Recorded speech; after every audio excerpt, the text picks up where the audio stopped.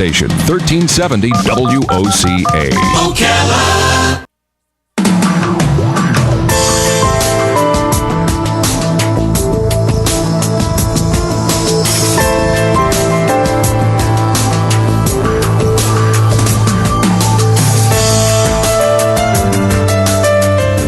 All right, 25 minutes before 11 o'clock. Thank you for tuning in this Friday morning. Some of you might know this about Robin and myself years ago, and I hate to say years ago because I guess we could always jump into something we did once upon a time and do it again. But years ago, we had a recording act together. Robin and I called ourselves Robin and the Giant, and we did music for children. And in 1989, we recorded a song, and it's called Forests Green. And it says, the words in the beginning anyway, say, all I want is a world to pass on to the children, green as the world passed on to me. And it was our effort to, in a very light way, not make a heavy political statement, but just the statement that says, look, in 1989, my son was 3. Your children were just a little bit older, but they were still little children. And, 10 and 12. 10 and 12. And I can remember thinking, that, well, especially in the urban areas. I grew up in New York, you grew up in Milwaukee, that this is where you're starting to see we're really not being good stewards of this planet, right? Now, you and I had no clue anything about global warming, global cooling. We didn't know anything about that. What we saw, you could see the Hudson River was a mess. I think they've improved it since then, but anyway, our simple message was, let's kind of be better stewards of the planet. And without knowing anything about what that could all lead to. In 1989, it seems like just yesterday in one way, but it seems like a million years ago in another. There was a story this morning about scientists trying to encourage Governor Rick Scott here in the state of Florida to kind of join up with them. I believe they're trying to get together. There's a Dr. Jeff Chanton in the news, one of the scientists in oceanography. He's a professor at FSU. We have another gentleman we want to speak to right now about this very topic, Dr. David Hastings. He's a professor of marine science and chemistry at Eckerd College in St. Petersburg. And he wants to talk to us about the impact of climate change on the state of Florida, probably on the whole world, and the costs of doing nothing. If we don't do anything at all, what could happen? And so let's find out what we can do. And that's kind of my whole thing. What can we do? What can we do as a collective group, and what can we do as individuals? Dr. David Hastings, good morning, Doctor. Good morning. Good morning. Please feel free to call me David if you want. Okay, David, where are you right now? I'm in St. Petersburg, Florida. Oh, okay. All right. So you're not too far away. Kind of gray and overcast, not too far away. Kind of gray and overcast, which I really appreciate. Sometimes it gets a little too sunny here. Yeah. The funny thing about the global warming conversation is that it has become very political, and I often wonder why. I mean, don't we all agree we need a cleaner environment?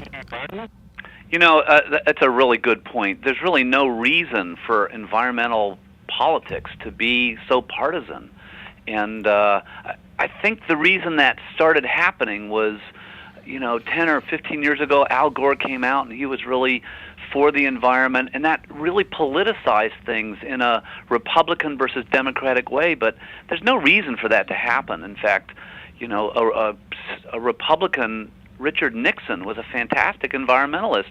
He passed lots of really important environmental legislation. So I agree with you. There's no reason for this to be a red versus blue kind of issue.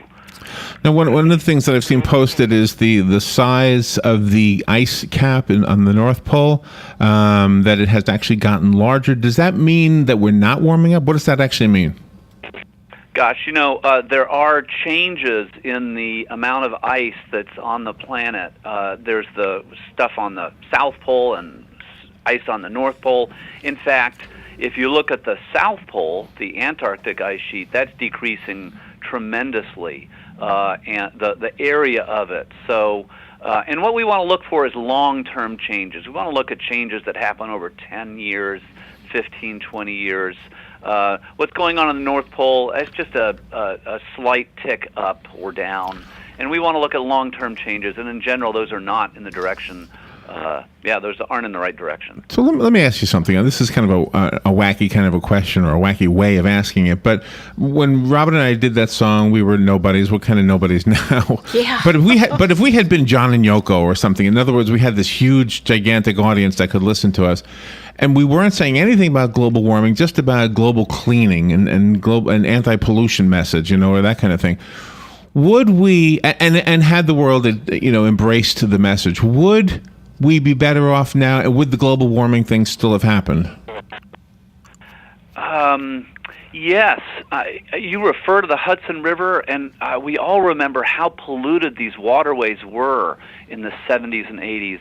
And it's a tremendously positive thing that we've cleaned that up. We cleaned up the air. We cleaned up the water. When humans really want to do something, we get it done, and Americans in particular. And so there was all this environmental pollution in the 70s and 80s, and the Hudson River, you're right, we've cleaned it up. It's a nice place to be now, and it used to be, Lake Erie caught on fire. That doesn't happen anymore. So to answer your question directly, there are environmental concerns, and we've done a good job of cleaning up our environment.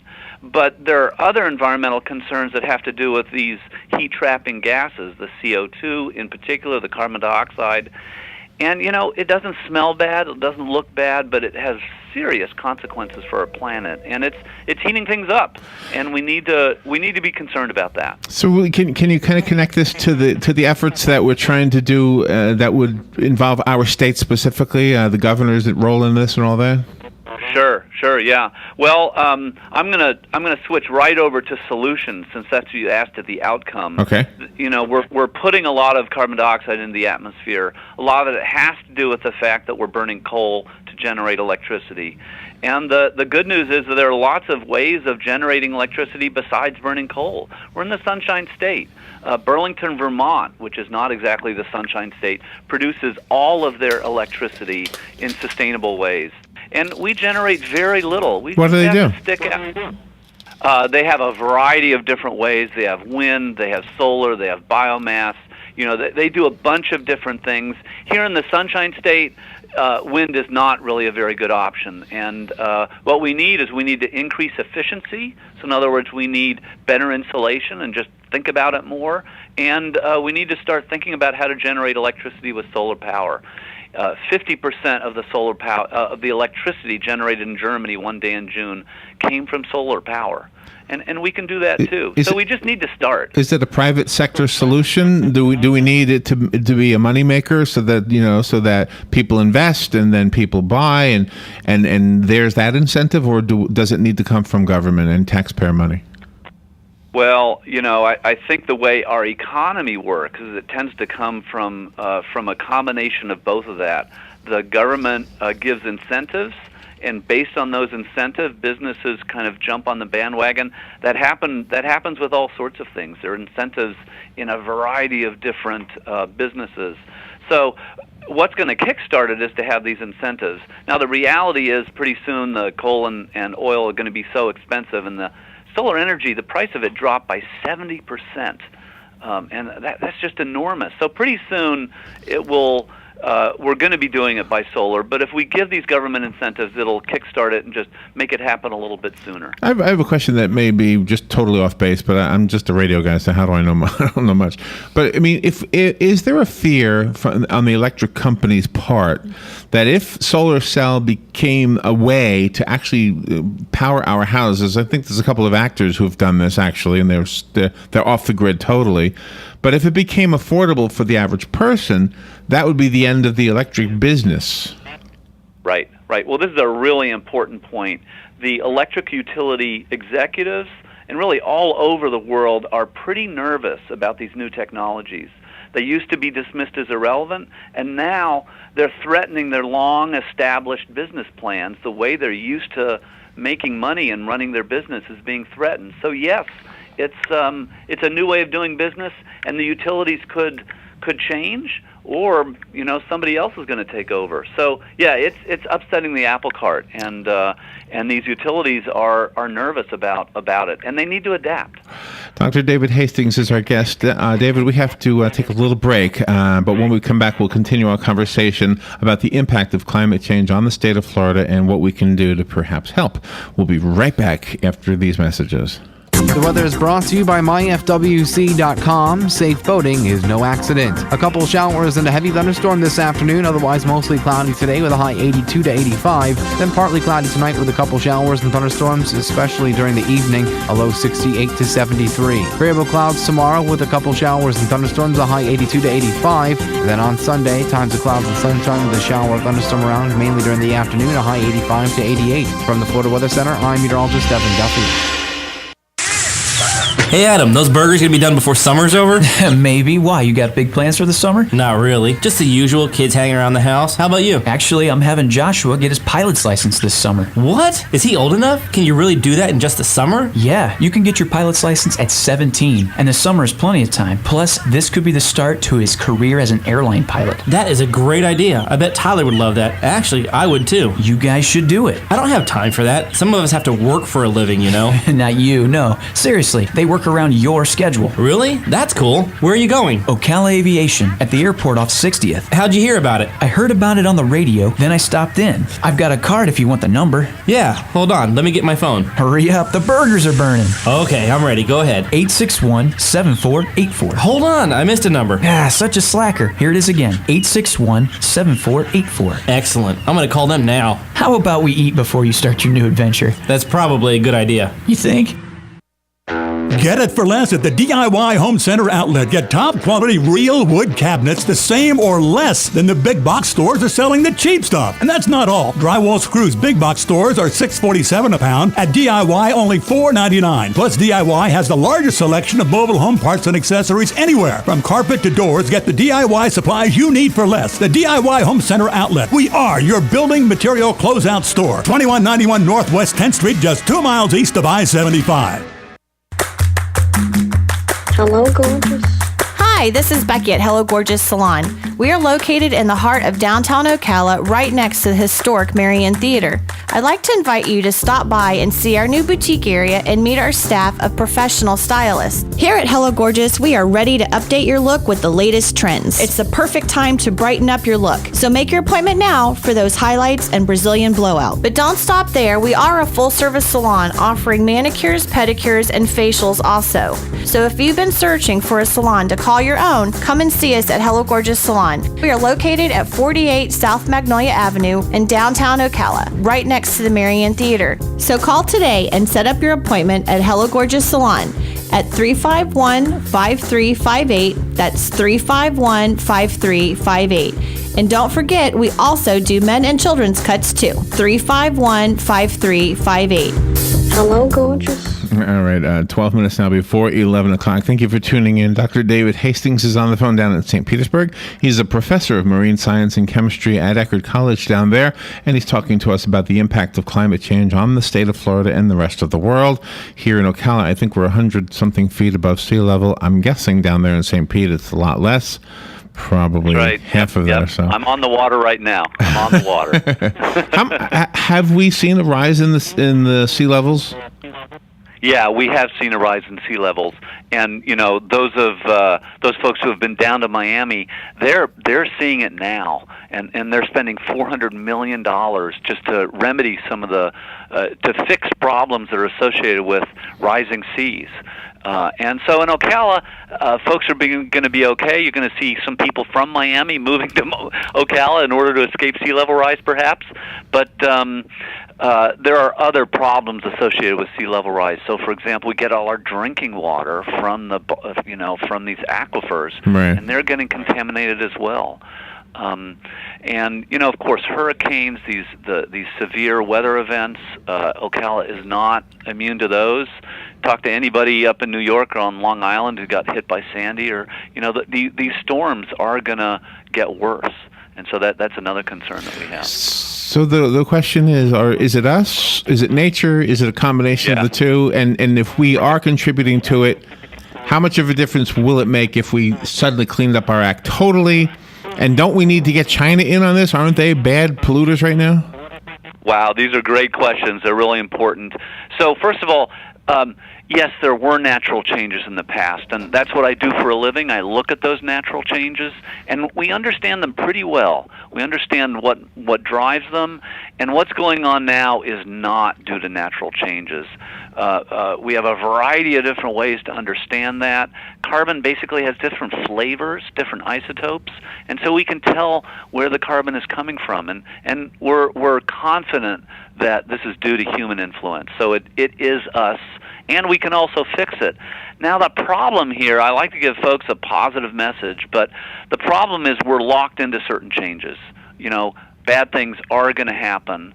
So imagine you're driving down the highway, all of a sudden, you know, there's a wreck ahead, and you think, what am I going to do? Well, you don't think about it too long. You slam on the brakes right away. You don't think, oh, I'm going to be in an accident. I'm just going to drive right into it. We need to slam on the brakes. We need to take some action. And yes, there's going to be a car wreck. But we don't know how bad the car wreck is going to be. And what we do now will influence how bad that wreck's going to be. Is it going to be a fender bender? Are the airbags going to deploy? You know, what's going to happen? And so our actions now are really important. Yeah, we are locked into some changes. So then ask your other questions. Ask the one about China. Yeah. What I mean, let me preface the China question with this. I mean, it sounds like Burlington, Vermont is doing it. If we did the same thing as a state, but yet the other 49 states didn't jump on board, we need that too, don't we? And is it going to make that much a difference in a local area? Right. So what we do globally is going to affect global climate, and that's the main concern. And so this is a well understood, you know, thing, the tragedy of the commons. We have something that we all share together, and how do we deal with it? And one perspective is just to heck with it. Let's just go and kind of destroy the planet. Another perspective is let's be leaders. Let's set a good example. Let's do the right thing, and other industries, other economies, other countries will follow. The United States is a leader in a variety of things. Look at what people listen to on the radio, on the music. We lead in terms of culture, right. We lead in terms of business, and we need to lead on this one too. Okay, but how do you persuade a political leader like the governor, for example, right, who may be reluctant to buy into this, and which is the way I understand it. I understand he's reluctant, not opposed, but not completely buying into it. Wouldn't it be as a way to persuade somebody? You might steer away from the global warming part of this and just say, look at these statistics about the amount of pollution, the amount of carbon, and the effect it's having. I mean, you're a marine scientist. You can show him the effect on the what is that underwater thing? The ocean acidification, corals. The corals, thank you. Yeah. I mean, that to me is a big red flag right there. There are lots of red flags, and I could go on for days about the impacts. But let's talk about solutions, and let's talk about how Governor Scott can turn this around. And it's about profit. It's about making money. It's about having businesses that are going to make money off of this new economy. And, you know, the Chinese are into it. They're making more of the solar photovoltaics. They're making more of these wind turbines. They know what to do, and they're putting a tremendous amount of money into these new businesses. And we need to do that here in Florida too. We need to be developing new businesses that will make money, and I'm confident that's going to happen. The question is, who's going to make the money? Is it going to be folks in Florida? Is it going to be folks in California? Is it going to be businesses in China? I want to be the ones making the money here in Florida. So you say China is doing a good job? Yeah, and it comes because their economy is different. You know, they've got a centralized economy. They can actually direct dollars towards different businesses, and they're building a lot of photovoltaics. They're building a lot of turbines. They're the people leading the way in this in these businesses. I want it to be here in Florida, and it can be. And that's where the money part comes in, because local governments, they see businesses and they want to attract those businesses to their community, and it seems like they'll put environment on the back burner because of the money that the county commissioners or the city officials can make from having a business that's detrimental to the aquifer, to the land, to the health of the people. Right. So Miami is, as I mentioned, spending $400 million to fix their drainage system. Why not spend $400 million attracting new businesses to develop more efficient systems, develop new solar energy? Right, and tell the other businesses that are going to do harm that they're not welcome here. Well, yeah, I prefer to offer a carrot rather than the stick. I think incentives are the best way to go, and that's in general how, at my understanding, that's how businesses work. Of course, I'm a scientist; I'm not a business major. Now let me ask you this: the World Health Organization says that 7 million people die a year from air pollution. I don't know how they get that. The article that says that shows a photograph taken from the China World Hotel. It's dated March 2003, so obviously it's 11 years ago. Maybe they've cleaned up their act since then. But it shows this unbelievable smog. I mean, it looks like there's a fire going on somewhere, but it's not labeled as a fire smoke. It's labeled as smog. Now, again, 13 years ago, maybe they've cleaned up their act since then. I don't know. Well, air pollution in China is a tremendously important issue. We've done a really good job at addressing it.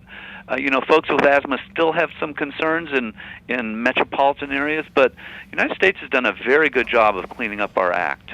And, I think we can do the same thing with these heat-trapping gases. We can stop producing so much CO2 by not burning as much coal, by burning by producing electricity in other ways. The thing I know from doing a radio show is that this is a politically charged topic. The fact that you want the governor to participate in this also makes it politically charged because it makes the news. So we're looking forward to hearing how that works out. David, we're almost out of time. Could you give us a website so that those who are interested can find out more about the National Resources Defense Council? I'd be glad to direct people to a bunch of different places. I think, from my perspective, where I would go is NRDC is good. That's www.nrdc. I think it's .org. Okay. That's a good place to start. I also rely on media quite a bit. I think the media is doing a very good job just staying in touch with media like the radio, like your local newspaper, and I think staying in touch with what's going on a daily basis. So, for example, today we just found out that the global heat records were smashed yet again. It's warmer and warmer. Really? By how much? Not by a lot, but the fact is the temperature continues to increase, both globally.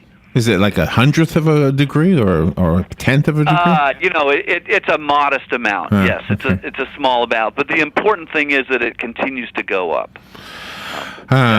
Okay, and the other planets, are they going through the same thing, or I mean, these are the Yeah, that's a good everybody question. always brings this up. Yeah. The other planets? I'm not quite sure what you're saying. Well, I've had this argument with people. They say, well, Mars is getting warm too, and there's nobody up there. Yeah. And I'll say, I didn't know Mars was getting warm. I mean, is there any truth? Do you know anything about that?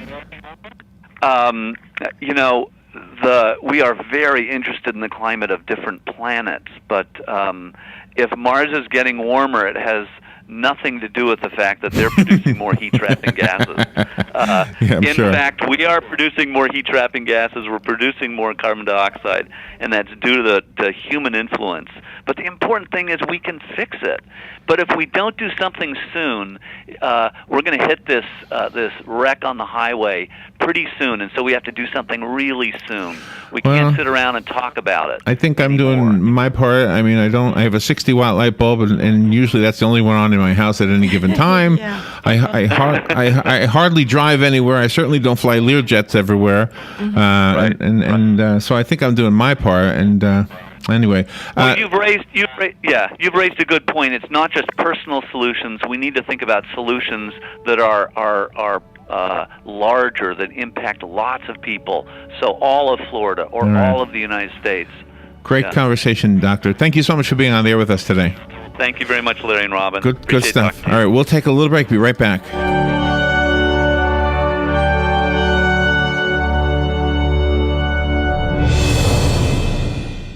Broadcasting from the Paddock Mall Studios, this is WOCA, Ocala, Gainesville, The Villages, 1370 AM, 96.3 FM, The Source.